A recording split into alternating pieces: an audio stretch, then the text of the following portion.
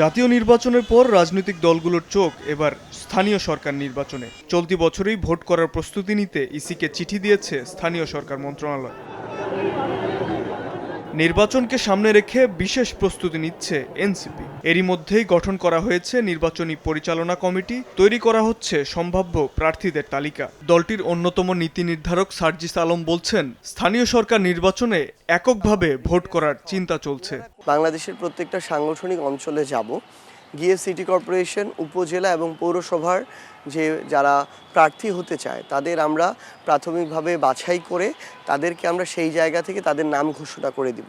আমরা এককভাবে আমাদের প্রার্থী ঘোষণা করব, কিন্তু শেষ পর্যায়ে গিয়ে যদি এরকম হয় যে নির্বাচনের আগে আমাদের এইরকম একটা প্রয়োজন হচ্ছে জাতির স্বার্থে, দেশের স্বার্থে, এই জোটটা নির্বাচনী জোটের দিকেও আবার স্থানীয় পর্যায়েও যেতে পারে।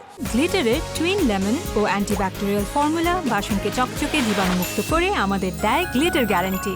এনসিপির মুখপাত্র আসিফ মাহমুদ সজীব ভুইয়া বলছেন, সিটি কর্পোরেশন নির্বাচনে মেয়র পদে সমমনা দলের সঙ্গে সমঝোতা হতে পারে, তবে ইউনিয়ন পরিষদ নির্বাচনে কারো সঙ্গে জোট হবে না। একদম প্রান্তিক পর্যায়গুলোতে সম্ভবত কোনো সমঝোতা হওয়ার সুযোগ নেই, কারণ সেটা আমাদের জেলা পর্যায়ে, উপজেলা পর্যায়ে নেতৃবৃন্দরা ঠিক করে থাকেন যে কারা নির্বাচন করবেন।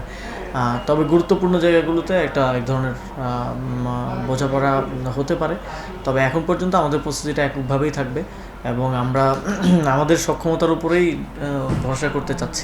11 সিটি কর্পোরেশনে রাজনৈতিক প্রশাসক নিয়োগ দেওয়ার সমালোচনা করে নির্বাচনে লেভেল প্লেইং ফিল্ড নিয়ে এখনই শঙ্কা জানিয়েছে এনসিপি। স্থানীয় সরকার নির্বাচনের কোনো রূপরেখা আমাদের সামনে নেই যে কবে কোন নির্বাচন হচ্ছে। বিভিন্ন জায়গায় প্রশাসক বসানোটা আরও এক ধরনের শঙ্কার উদ্রেক করছে এবং আমরা দেখলাম যে একজন প্রশাসক তিনি ভোট চাইছেন এখনই।